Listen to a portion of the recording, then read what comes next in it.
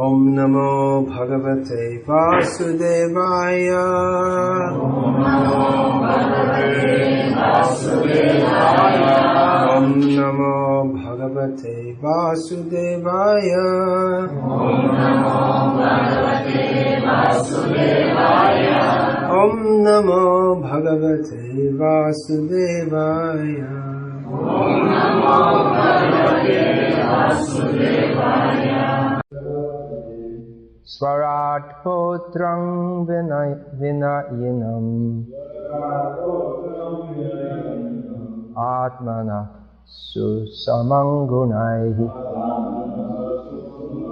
Toyanibhya Patim Bhume Abhyashinchad Gajahvaye.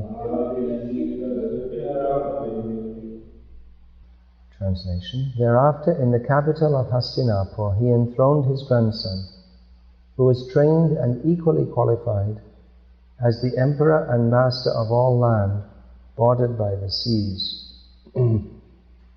Purport. The total land on the earth bordered by the seas was under the subjugation of the king of Hastinapur. Maharaj Yudhishthira trained his grandson Maharaj Parikshit, who was equally qualified in state administration in terms of the king's obligation to the citizens. Thus, Parikshit was enthroned on the seat of Maharaj Yudhishthira prior to his departure back to Godhead.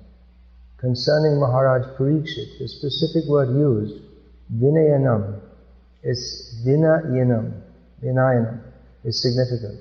Why was the king of Hastinapur, at least till the time of Maharaj Parikshit, accepted as the emperor of the world? The only reason is that the people of the world were happy because of the good administration of the emperor. The happiness of the citizens was due to the ample production of natural produce such as grains, fruits, milk, herbs, valuable stones, minerals, and everything that the people needed. They were even free from all bodily miseries, anxieties of mind, and disturbances caused by natural phenomena and other living beings. Because everyone was happy in all respects, there was no resentment. Although there were sometimes battles between the state kings for political reasons and supremacy. Everyone was trained to attain the highest goal of life, and therefore the people were also enlightened enough not to quarrel over trivialities. The influence of the age of Kali gradually infiltrated the good qualities of both the kings and the citizens, and therefore a tense situation developed between the ruler and the ruled. But still, even in this age of disparity between the ruler and the ruled, there can be spiritual emolument and Krishna and God consciousness. That is a spiritual prerogative. Especially in this latter part of the first canto, Srila Prabhupada has given a lot of commentary concerning the position of the king, which might seem superfluous because there are no kings anymore. There are some in name only. The last king resembling a king was the king of Nepal, but he's also no longer got that power. The king is the representative of the Supreme Personality of Godhead. Narang, what is that? Naraschasmi Naradhipam is the representative. There must be some leader in society. Srila Prabhupada, he commented so much on the position of the king, his idea was to give guidance to the leaders of society.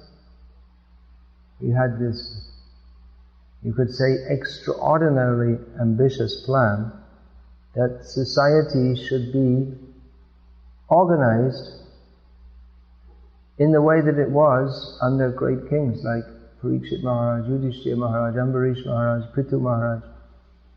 We find in Bhagavatam, there must be some leader in society. Srila Prabhupada, he commented so much on the position of the king, his idea was to give guidance to the leaders of society.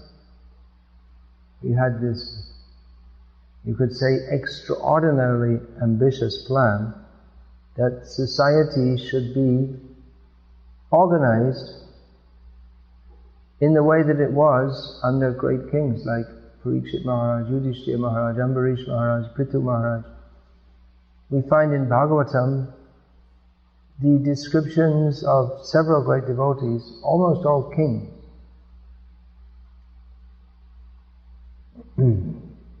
So Prabhupada was giving these guidelines and contrasting with the situation in the modern age, which is described in, or predicted in the Srimad Bhagavatam. Predicted means it was written down 5,000 years ago. At that time that wasn't the situation, but now we see it is the situation. Prajas te bhakshayishanti mlecha rajanya rupinaha. It is predicted that the kings, far from protecting the citizens and nourishing them materially, religiously and spiritually, they practically devour them, they exploit them. The kings, they're no longer trained, godly aristocrats, but they are simply low-class meat-eaters, interested in exploiting the citizens. It seems that, at least in my experience, in America more than in other countries, the devotees, they discuss which is better for us, which is better, Republican or Democrat. Well, in India also, I think mostly the devotees, they favor BJP, Bharatiya Janata Party, because even though they're a bunch of politicians, but they have some idea of upholding what is called Hindu culture. But a very interesting article came in Back to Godhead quite a few years ago now, I think more than 15 years ago, by our godbrother Sureshwar Prabhu in his unique, humorous, ironic style. He was looking after the cows at that time at Gita Nagari, so in the article he had a conversation with the cows about who to vote for, and they said, don't vote for any of them because they're all going to kill us. You know, in the name of human rights, they're talking about human rights, but they never think about... Actually now there has been for some time what they call animal rights also. But the politicians, they're interested in votes. They can change their policies according to the votes. They can even make they can make a terrible future. Modern politicians can enact policies that will make a very bad future for the country, just so it makes them look good now. They'll make huge loans from the World Bank or whatever, and it makes them look good, and in many cases they stick, in many countries they stick the money in their own pockets, or they get a secret payback from the World Bank, they get a payback in their Swiss bank accounts. But the borrowing, although it makes the country look good immediately, but it puts the country in debt forever. It makes them a vassal nation to the World Bank. So anyway, there are so many things. Yeah. There are so many things discussed. Conspiracy theories, this, that and the other. There are so many conspiracy theories. Jewish conspiracy and this, well, are there conspiracies? Yes. I would say there are conspiracies to exploit the citizens. To the extent that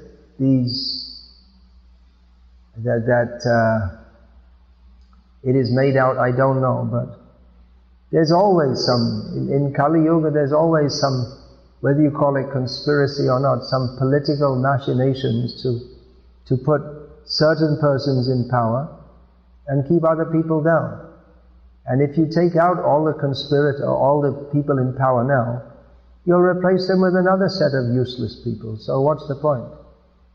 There's not much point in getting all excited about politics. We have to remove these people, they're so bad. And because who else is going to come in? None of them know the goal of life. None of them even know the basic principles of civilized life, namely austerity, cleanliness, mercy and truthfulness. All of them are sinful people. So unless there are persons who are actually trained to know what is the purpose of life and how life should be lived, then there's very little point in getting all worked up about whether Democrats should come or Republicans should come or this, that or the other should come.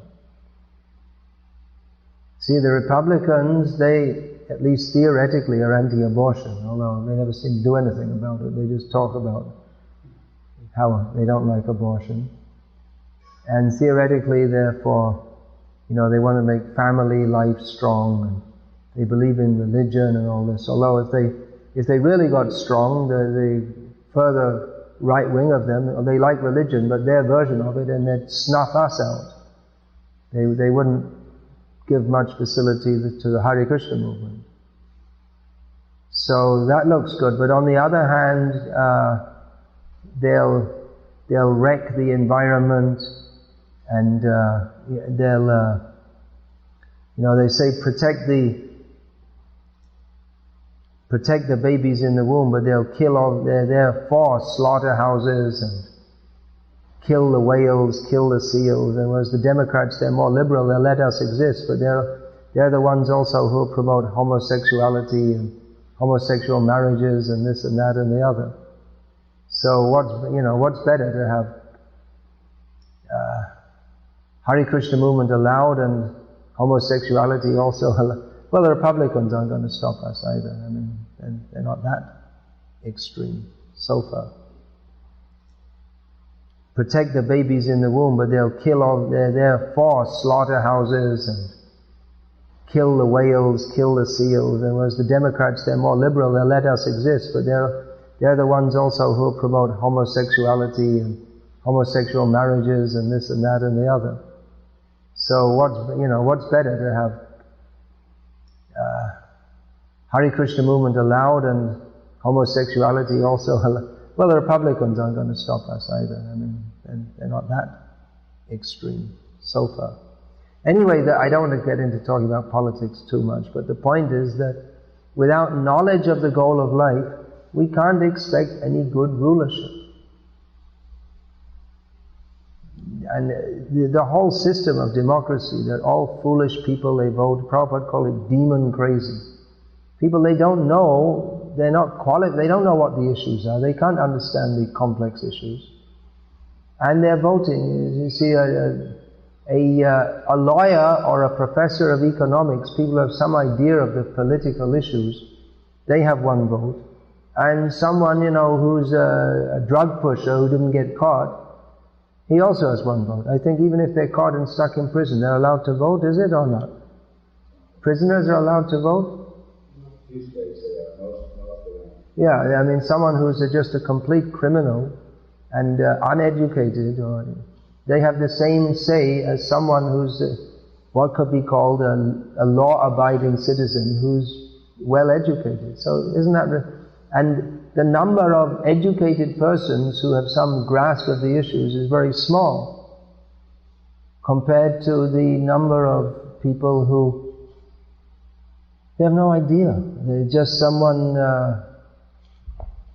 they have the idea that they'll support, they'll help our group. And in India, democracy means that it's just all, the lowest class of people, they are, because they have the biggest number base, so they are pandered to. It's a very strange situation in India where in the name of minority rights, the Hindus, they have less rights than than the Muslims and the Christians and everyone else.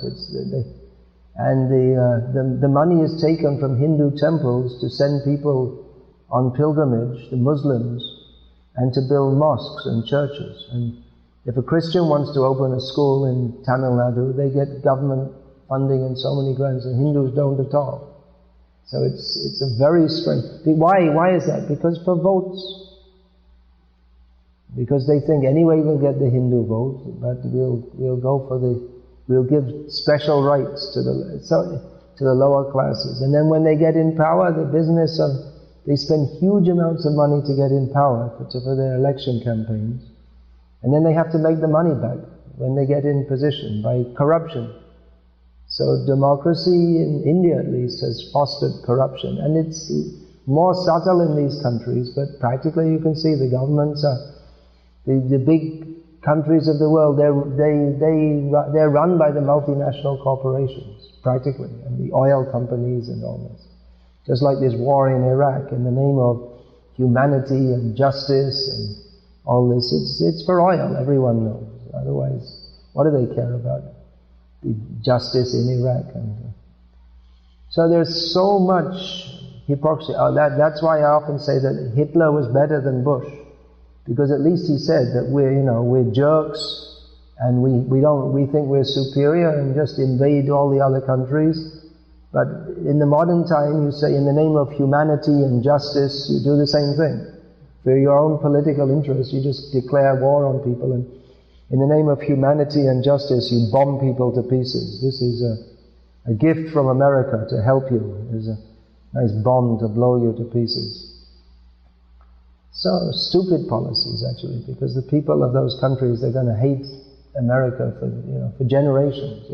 It goes like that for generations. It's like in Ireland, the Protestants and Catholics, there was a battle in 1600 and something, and they're still fighting over it. They don't, people have long memories on these issues, and because of Dehatma Buddhi, considering the body to be the self, they identify, I'm a Catholic, that's a Protestant. It goes very deep, and it goes on generation by generation.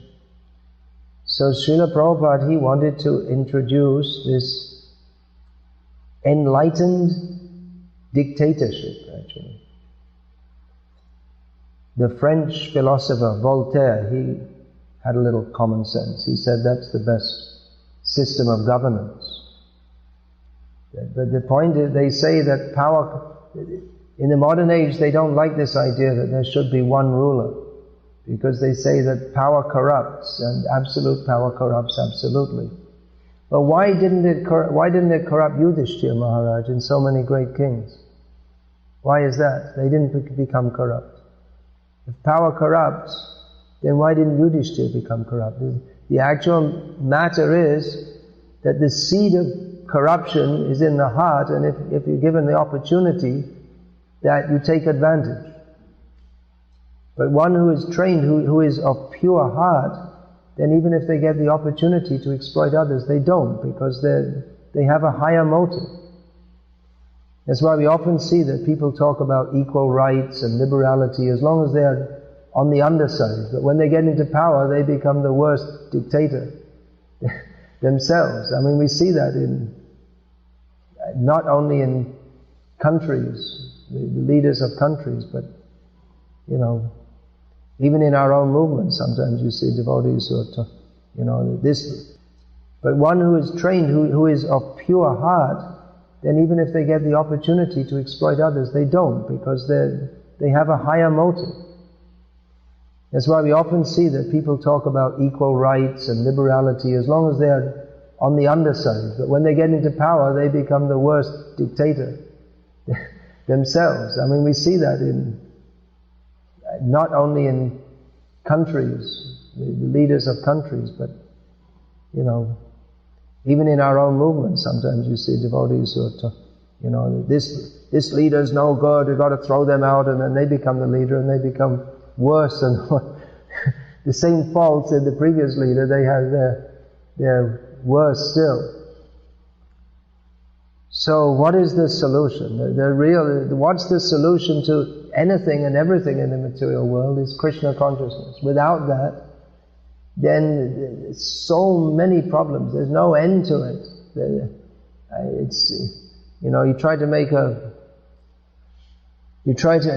are so many organizations which are trying to improve human society and even animal society. They have societies for the welfare of animals, and they have looking after the children and cancer research and Greenpeace and how many organizations are there that are trying to improve the human or the global situation? There must be thousands of organizations, all with different agendas to try to make life better. But even if, say for instance, you make a better situation for the dogs, let's make animals.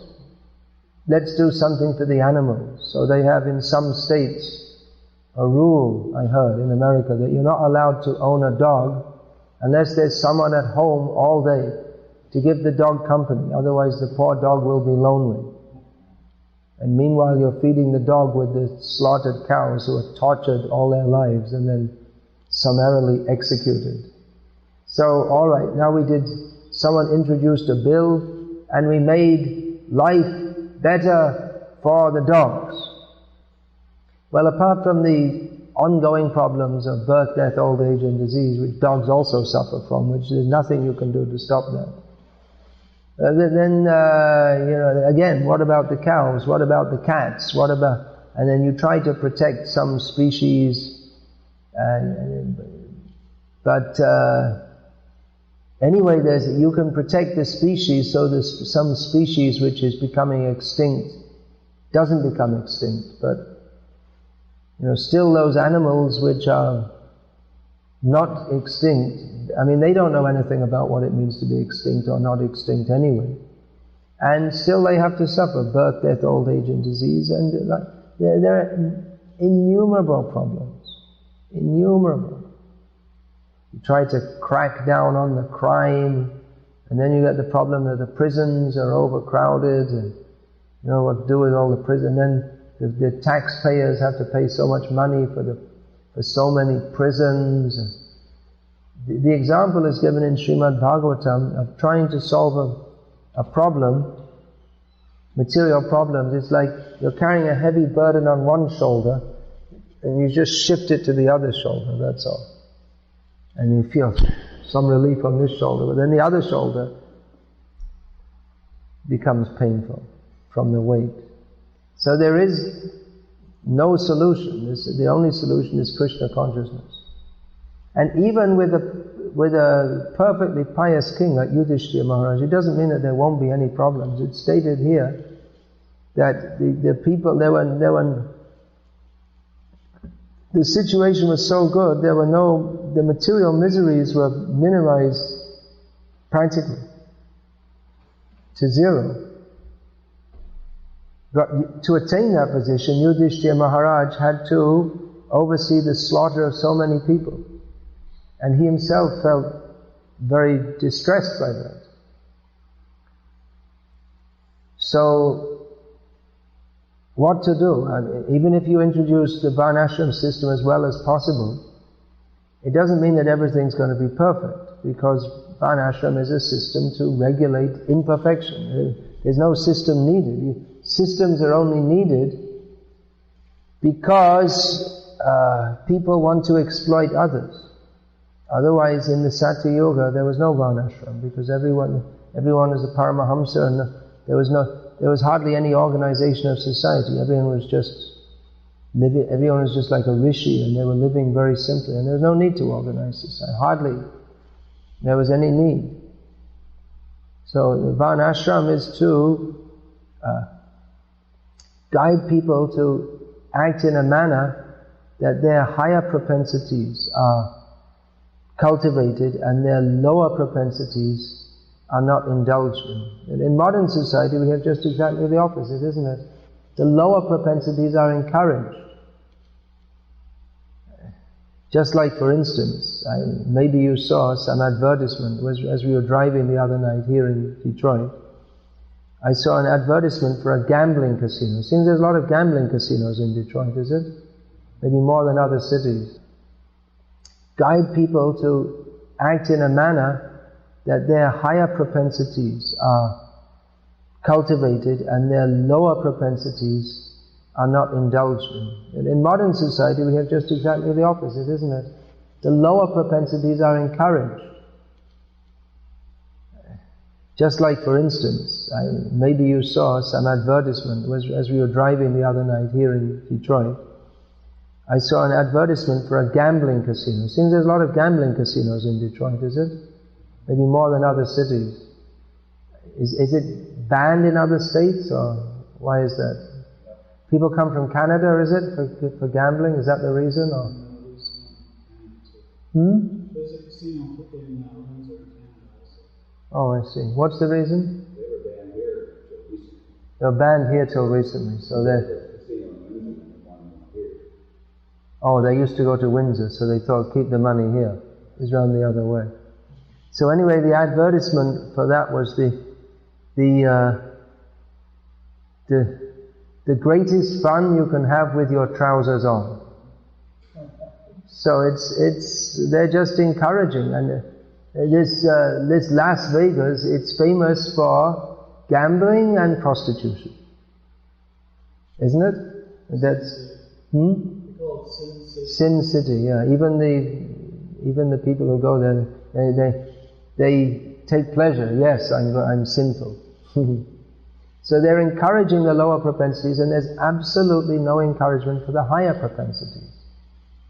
They don't even know what the higher propensities are. Even the so-called religious people they may be against gambling and abortion, but they think it's very religious and very good to pray to God before eating their beef steak. They don't know. Anartho pasamang sakshad bhakti yoga madhoksaje lokas janato vidvans chakre sadvata samhitam. People don't know that only by the process of bhakti yoga to the transcendent Lord can all the anarthas, unwanted things in human life, be mitigated. Therefore, to give knowledge, the required knowledge, the knowledge of what is actually required in human society, Vyasadeva, the learned Vyasadeva, compiled the Srimad Bhagavatam. There's a painting that was painted for the first American edition of Srimad Bhagavatam, Canto 1, to illustrate the verse, Krishne swadhamo pagate dharma jnana divisaha kalo nashta drisham esha puranarko dhinoditaha. That Krishna, the Supreme Personality of Godhead, has returned to his own abode, accompanied by religion, knowledge, etc. But there's still hope, because persons who have lost their vision due to the darkness of Kali Yuga will get light from this Bhagavat Purana. So there's a painting was commissioned to go with that verse, showing the vices of Kali Yuga. And the main color of the picture is a blue-black. And within that it's shown people having illicit sex, intoxication, gambling, animal slaughter. And there, holding up the Srimad Bhagavatam, is Vyasadeva with the light shining down from it.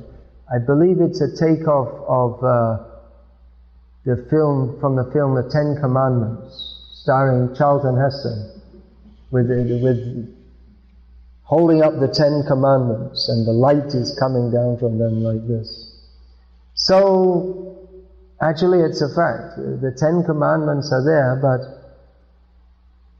which are good, but the complete knowledge of the Absolute Truth is given in Srimad Bhagavatam. Just like among the Ten Commandments, one that Lord Jesus emphasizes, thou shalt love thy neighbor as thyself. But they didn't work out that thou shalt love thy neighbor as thyself means that not only human beings, but animals also. Not that I love my neighbor and I kill the cows. There are literally millions of animals slaughtered every day in this country, if you include all the chickens. Literally millions. A few months ago in India, there was an outbreak of bird flu. I don't know if you're aware of what that is. Some kind of infection that hit the chickens. So the government order came to slaughter the chickens. They can't be distributed for eating because they're infectious. So it came reports that lakhs, namely hundreds and thousands of chickens were killed. And devotees said, oh, that's very strange. See, they killed hundreds of thousands of chickens. But they were going to be killed anyway. It's not that because they had bird flu that they were killed. Anyway, they would have been killed. They were killed ahead of time, you could say. But anyway, they were destined to be slaughtered. There's hardly a chicken in the world that is born that dies a natural death. And there are millions of chickens in the world, and they're all slaughtered. So, literally millions of animals are slaughtered every day. That's serious accumulation of sinful reactions is going on. But people think it's normal, it's nice. They have advertisements, I don't know if they still show, but they used to have advertisements of hamburgers growing from flower patches. So they still have that McDonald's used to have this advertisement. They'd show the flowers, and then hamburgers come from flowers. But they don't come from flowers. They come from nasty, cruel, bloody animal slaughter. The animals are screaming. They keep the slaughterhouse away from the towns, isn't it? You won't find in the center of Detroit any slaughterhouse, away from the town. Because the animals, they scream. Especially pigs. The pigs that are being taken for slaughter, they sound like children actually, screaming. Recently in Baroda, I heard this scream. I was in ISKCON Baroda, in the corner of the grounds, I have a little hut, and there's a wall next to that, and over the wall is some open space, and then some apartment buildings. Baroda is a city in India. So I heard this screaming and screaming, so I looked up over, it sounded like some child was screaming. What it was, the pigs, who they allow them to roam here and there, the people who own the pigs. And when they want to slaughter it, they catch it. So this pig was caught, and they're strong, and they make they try to get away, but he was caught. He had this noose around his neck, and he was screaming and screaming because he knew that this is it. Now I'm finished. He could understand. Now they're going to cut my throat. So they keep the slaughter a long way away. These slaughterhouses. Otherwise, the screaming of the animals, the stench, slaughterhouses stink. Very bad smell. And then there's so much blood is produced, but they don't show. You go in the supermarket and you see some nicely wrapped bacon in a plastic container, in a pack with plastic covering. You think, oh, very nice. Very tasty. Very nourishing. Very sinful. People don't know. So what kind of rulers are they who preside over this? It's saying, we say, well, this politician is good. Good? How are they good? If they're anyone, we may say conventionally, we may say this person is good, this person is nice. But we should know that if they're engaged in animal slaughter, illicit sex, gambling, intoxication, it's not at all a good situation. People, they may not know. We have to inform them. That is the duty of devotees. This temple, Prabhupada he saw this. Prabhupada was so happy that you have this facility. This is a perfect facility for bringing all leaders. And Prabhupada spoke with many leaders, and he spoke to them straightforwardly. He sat them down comfortably, treated them nicely, treated them respectfully. You should respect people who have position. We don't disrespect them. Someone has a position as the mayor of the city or professor or something. We should respect them. They've got that position. That's some kind of gift from God.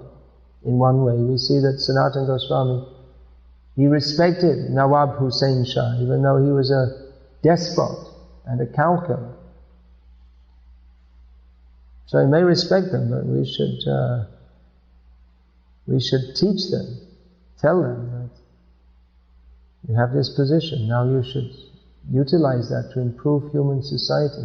There cannot be any actual welfare for human society as long as animal slaughter is allowed within the state.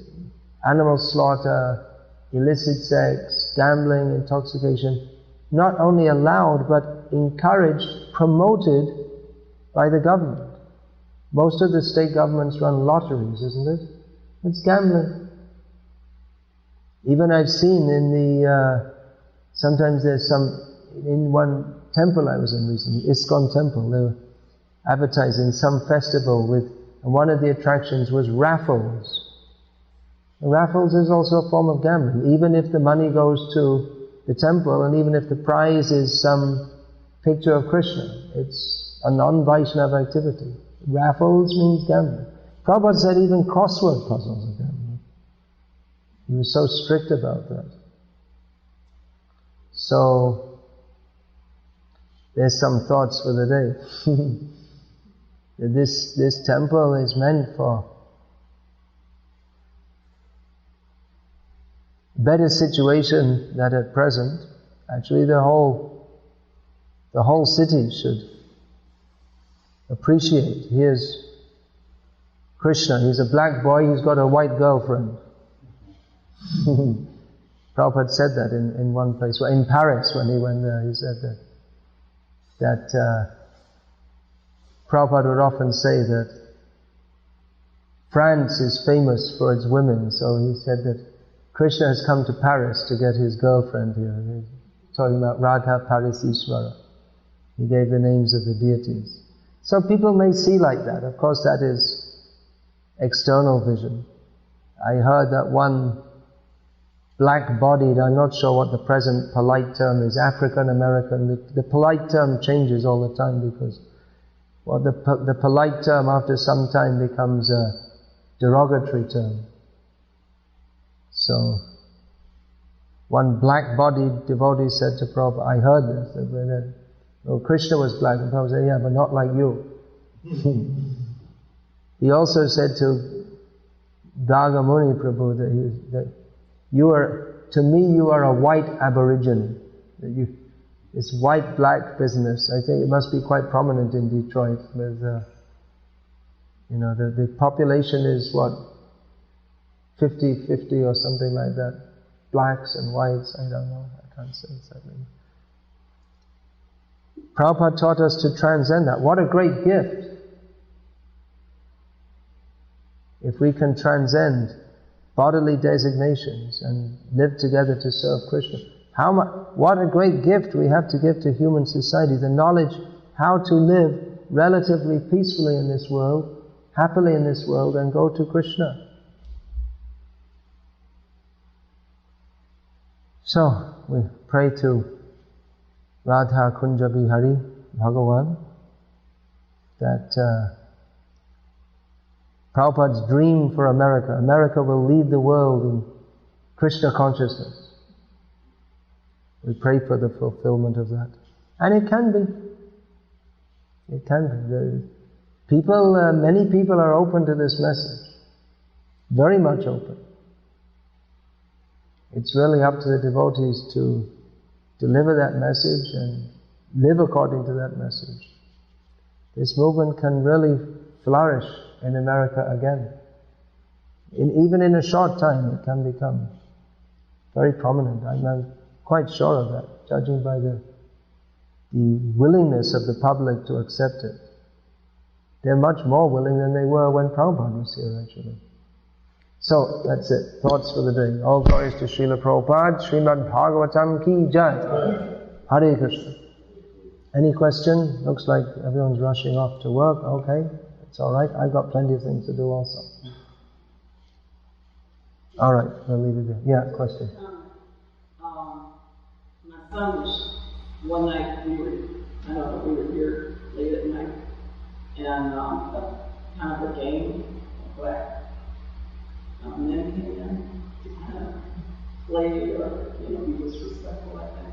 Mm-hmm. And my son gave us a shot and brought him in here to see the meeting. And the one person looked at Krishna and started almost crying, and he said, "That's my God." Mm. It just reminded me. Yeah. Krishna is very powerful. We can invite local people. Please come. Show them around individually. I mean, there are so many things that can be done.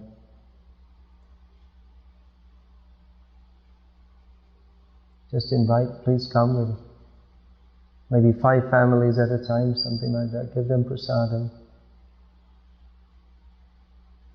You don't have to do any heavy preaching to them. Like that. Charity begins at home. It's a suggestion. I've heard devotees say, I'm not sure where it comes from, that we can also consider wasting time in idle things to be gambling, like breaking what the regular people gamble, like. Yeah, I think I heard something like that also. Well, Prabhupada said he included in gambling idle sports, frivolous activities. Sometimes he included that also, yeah. And it's quite clear Prabhupada didn't encourage watching TV, and where's the question? If we're actually interested in cultivating Krishna consciousness, there was no question when Prabhupada was here watching TV. We just didn't even think about it. We laughed at the thought. How did it become popular among devotees to watch TV? Even people, even non-devotees who are someone who's absorbed in some scientific research or something like this, or someone who's interested in cultured music or something like this, they don't watch these nonsense things on TV. They have a higher level of maya than watching TV. It's very low class, actually. If you're going to be in maya, there are far more cultured ways of being in maya than watching TV.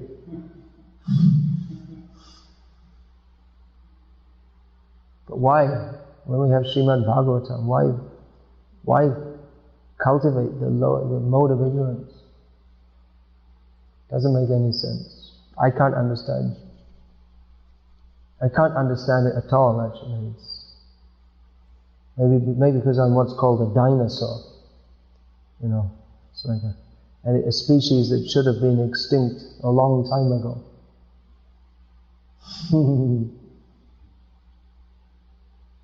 So they say. They probably want to kill Vyasa. He spoke a long time ago, so his message is out of date.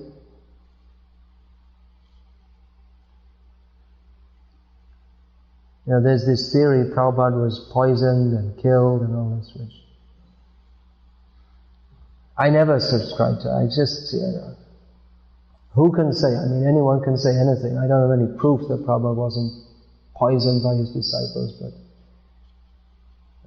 it just seems just far too unlikely to be true. But then, even if it was true, then more serious is poisoning his teaching. If it's all right all of a sudden for devotees to watch TV and not follow the 4 regulated principles, That's even more serious, isn't it? That's poison. I just want to mention in regards to you're saying that people are receptive to this message. Yeah, so much. When I first joined the movement, my mother was, just put it diplomatically, wasn't exactly. She wasn't thrilled. Your mother wasn't thrilled when you joined the movement. She was much against it, it would appear. Yeah. She told me a month ago, she said, now she says, you know, she's talking to the Krishna consciousness movement, she says, you guys are on the cutting edge. You were talking about reincarnation, vegetarianism, all these different things many years ago. That's a fact, isn't it? And now everybody's interested in this. Yeah, the things that people are taking interest in now, vegetarianism, reincarnation, higher consciousness. Consciousness studies has come up as a subject in the school. But we're missing the boat, actually. I mean, we should be leading in all these fields, but we're not. There's so many things. Diorama exhibitions, Prabhupada had this idea. That idea was taken up by some bogus sampradaya in India, and they made such a success of it. So many things. I mean, we still have the best things, and if we tune into it, we have the blessings of Chaitanya Mahaprabhu and Prabhupada. So we can still make others can talk, they talk about reincarnation, this, that. They don't have any idea about it. Bhakti Charu Maharaj told me a few years ago that he was invited to attend a conference, international conference in Switzerland about reincarnation. And all world authorities were there, including Dalai Lama. But it was obvious to everyone that they didn't really have any idea about what they were talking. And that when Bhakti Charu Maharaj told me this, not in a puffed up way, because he's not puffed up at all. But he said it was obvious to everyone that when I started speaking that I knew I had actual knowledge and they didn't actually know anything. So we have the knowledge. So we should transcend our pettiness and arise to meet